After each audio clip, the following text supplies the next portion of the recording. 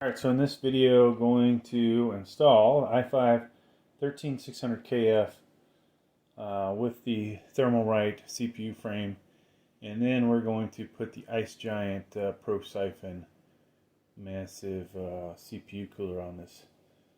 So previously this was in a different motherboard, Asus, that has had nothing but problems with the BIOS that they have available for it, and so the only way to get around that is to make adjustments in the BIOS, and I haven't been honestly very happy with it. So we're going to go back to our tried and true MSI Pro Z690. The only negative about this is the main PCIe, you can see, is damaged.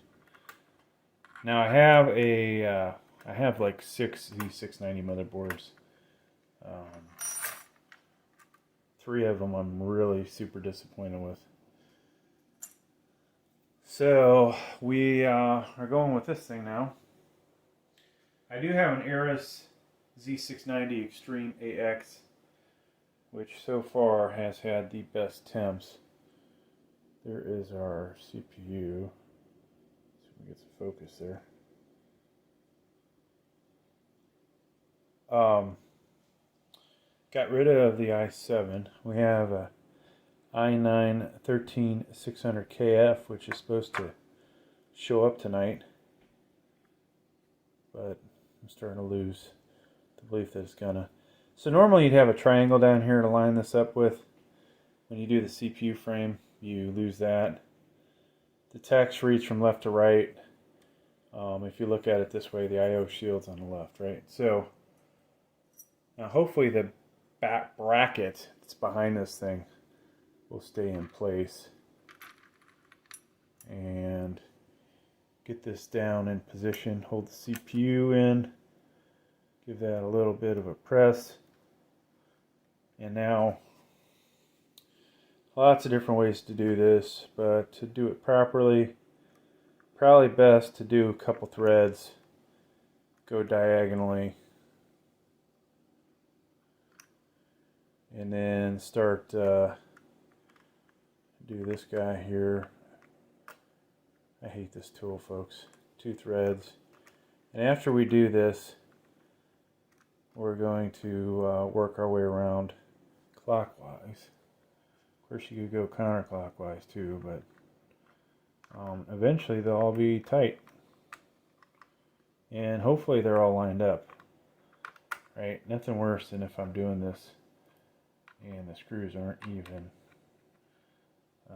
working their way in. Like this one doesn't really look like it's seated, but we'll see. So we're just working our way around, folks.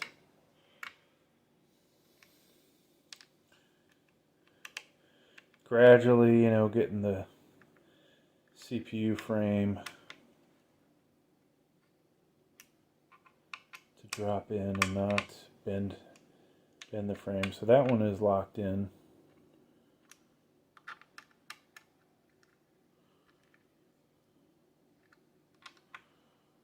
Alright, so now let's try and give these. I don't know why I didn't do it again. I don't have the rubber pad under this again. Oops. Alright, so they're locked in. We need this to go behind or underneath the motherboard. And so hopefully we can line that up. It does have a little bit of sticky glue residue on it. So I've got 2 holes in. We don't have the other 2. And these things will slide out, and then hopefully we've got that in now. Yeah, they're lined up. So I'm going to drop this down and then slowly slide it over. So that is lined up, folks. the frame on this thing. A lot of parts to it. Here's my kitty. Or actually mommy's kitty. So mommy's little baby girl kitty is down here supervising. So last time I disassembled this, I left these parts on here.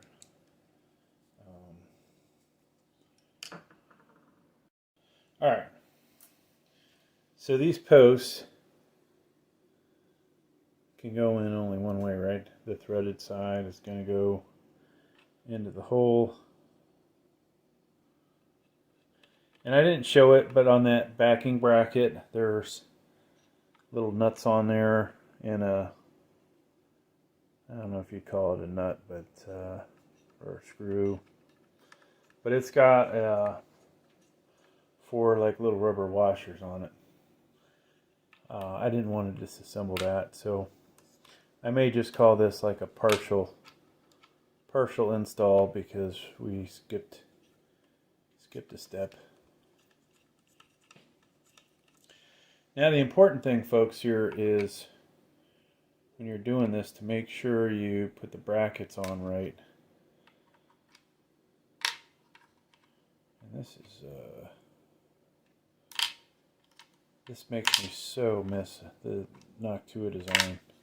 Look at that, how many times I'm going to do that? Okay, there we go. Alright.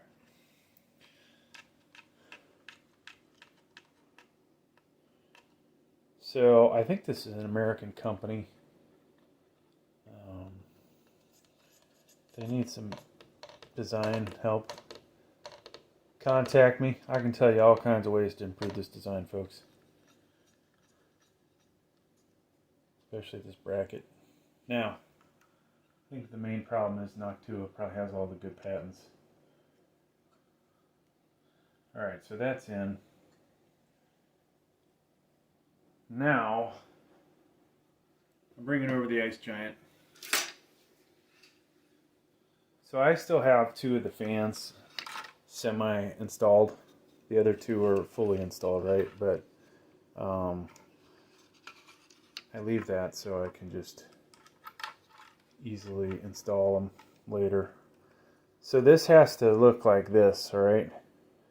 When it's sitting on here. So we want this bracket mounted in that kind of orientation. And this should sit like so, alright? You've got these little screws that it came with. So you can focus on that. Little screws, alright? You'll want a magnetic screwdriver here. And I can't help but think that maybe we're missing another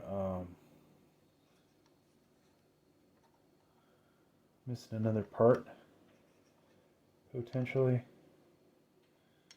Something doesn't look right about this. Let me take that off a second and drop this back down. So this is set up for multiple designs. Okay, I think that's where it needs to be, folks.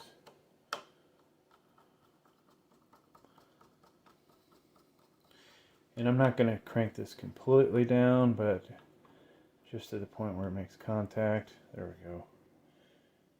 It might make it easier putting this other one in. Now I did find the first time I did this for it to be a total pain in the ass. They have multiple kits. And you have to borrow parts from one kit to get the other kit to work, which isn't, ideal in my opinion. So now I'll put this one on here.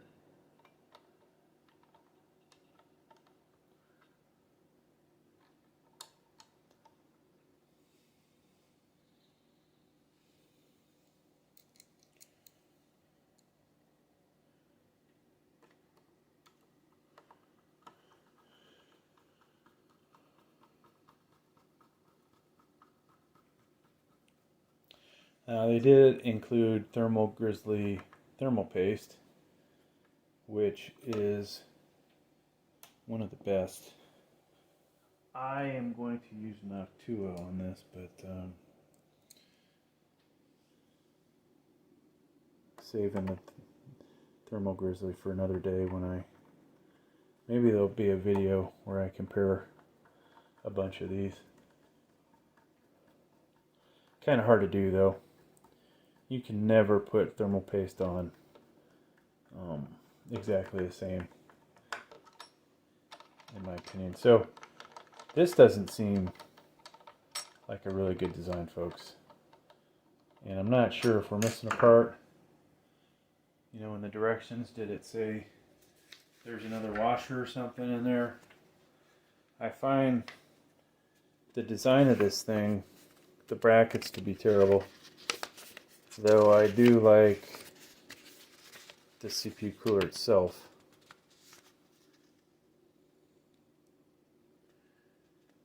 Not sure which model we're looking at there. Something tells me that so there's no washer or anything, it just sits on there and flops around. I don't know what to say. So we need thermal paste now. Let's go ahead and drop some Noctua on here. I like the 3-line method anymore. So we're gonna do 2 on the outside and then 1 in the middle, and we're gonna drop a bigger bead right there.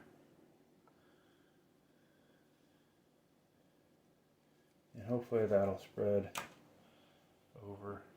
One thing good about these CPU frames, I believe, folks, is if you do put a little too much on there, it honestly looks like, instead of seeping down below into the CPU, Pro Siphon, and you're getting ridiculously high temps, you may have put these brackets in upside down. Alright, they're supposed to face the other way.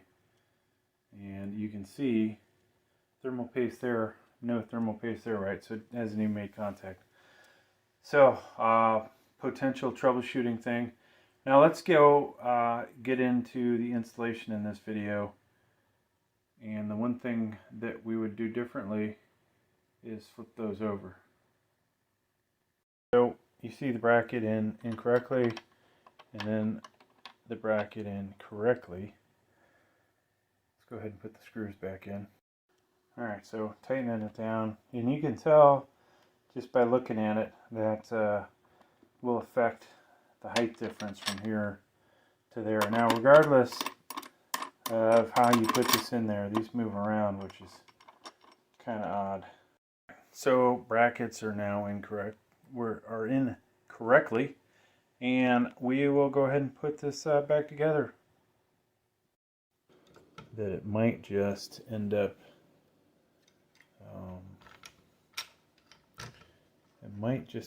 only on your CPU frame. Alright, so we're missing. That'll sit there. Watch it fall. I'll walk off, it'll fall, break something. So interesting design here, like just kind of sitting here, right? And though as we tighten this down, you're going to see this thing line up perfectly. And then all that moving around that you saw stops. So while I might think the design sucks for the bracket part, mounting brackets, in the end it actually goes together quite well.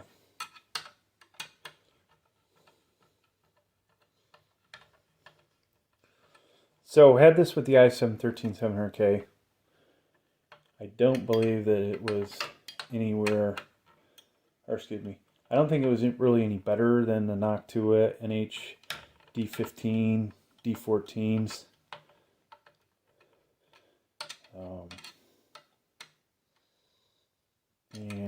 from what I've seen, a 280 AIO is better than this.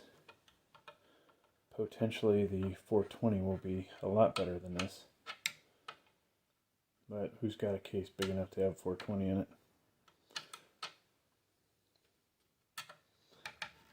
In a way. I'm not sure I do, but I bought one anyways. Yeah, I'm getting an i9, folks. Alright, so we pivot that over. I think we need to do this at the same time, or not. Oops, I might have screwed that up.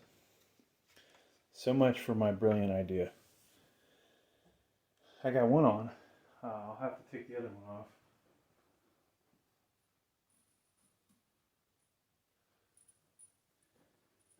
It works when it's not on the CPU cooler. So what happens here, folks, is you've got to put all these screws in and line up the holes. Try and hide the wires inside of the screws.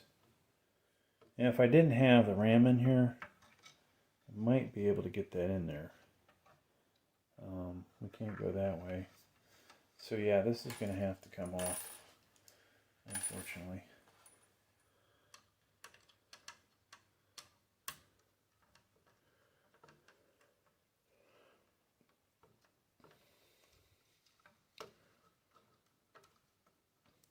I'd love to see a 140 millimeter version of this, which would just be ridiculously big, right? I'm sure they probably, you guys can't even see this fan. I'm sure they probably have one in R&D, and somebody just said they were totally crazy. Alright, so I hope you guys did not miss all the action. Ideally, like I said, you would hide these cables. Figure out a way to wrap them with the screws.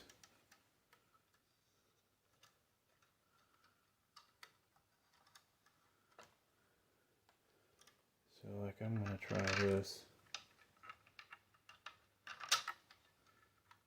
And it should hopefully hide that. Assuming I can get the screw in the hole.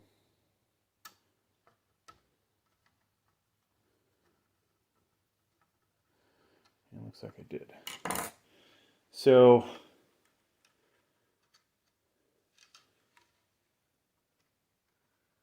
I didn't quite do what I wanted to, but that's going to go in the back.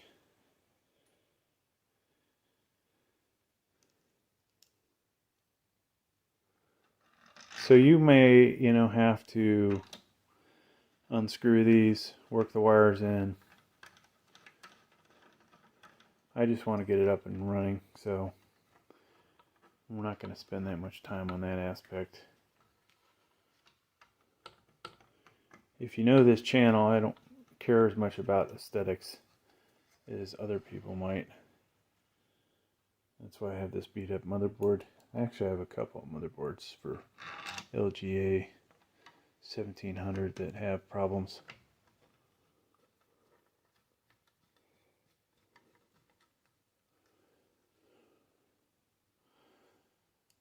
So I'm keeping the other screws a little loose until I get these screws in, get all the screws in, then we'll tighten it down.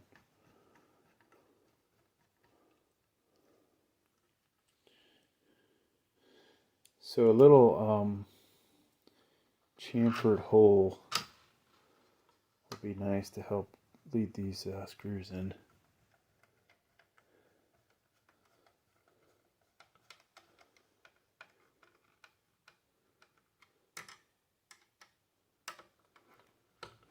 Alright, so I got them all lined up, folks. We're going to tighten them down. Now, your fans, you want to make sure they're going the right direction. This is the intake side.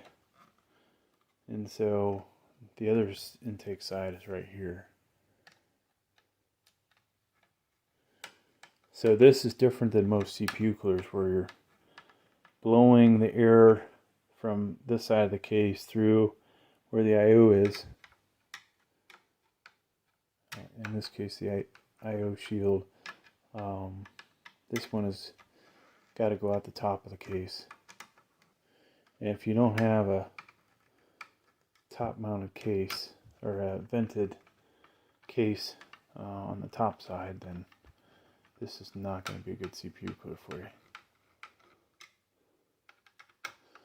Realistically, this is probably better for somebody that doesn't want to put it in a CPU case, just wants to attach a PSU to it and be good to go. Have a little thing like this to start it up. So there you go, folks. There is most of the installation. Now, so this is what the back side looks like. And ideally we'd have another splitter, which we have right here, so that these go the same speed.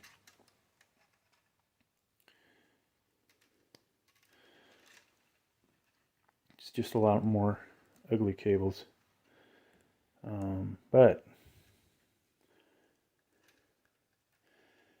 this is a unique CPU cooler, and not one that you probably will ever see again. All right, so from here, folks, you would do something with these cables. We've plugged the 4-pin into the CPU fan header. All right, but your work will be, to do something with these cables so they don't end up in the fan. I'll leave that for you guys. Thanks for checking out the video. Please